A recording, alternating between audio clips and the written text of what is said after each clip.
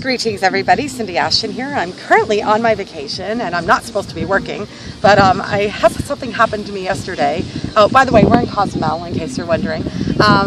So here's the deal. Something happened yesterday that I was like, I have to share with my community, and it has to do with how not to sell. So in a nutshell, I decided to treat myself to this beautiful massage, and it was like over $200, and I was like, well, it's a little expensive, but you know what, I'll probably get a great experience, and I'm on a cruise, I'm on vacation.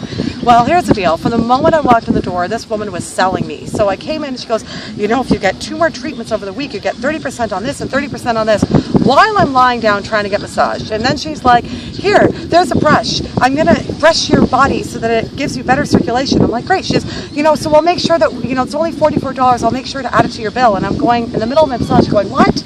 And I'm like, I don't want a brush. And I'm like, no, that's okay. She's like, no, you need one.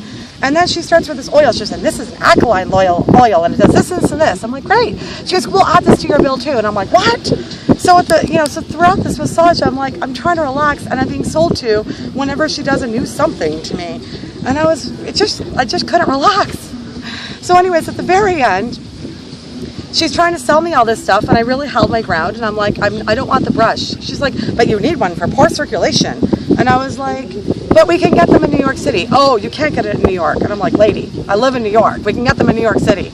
But I mean, it was just, and then she started on the oil, and I have to buy the oil, and then she started on this, and I mean, it was constant selling from the beginning to the end. And then when I went to go do the bill, she stood over me to see if I'm going to give her an additional tip, which of course I didn't. The bill already included 18%. So I was like, are you out of your freaking mind that you sold me the whole time, or tried to, and then you're standing and hovering to try to guilt me into giving you more money?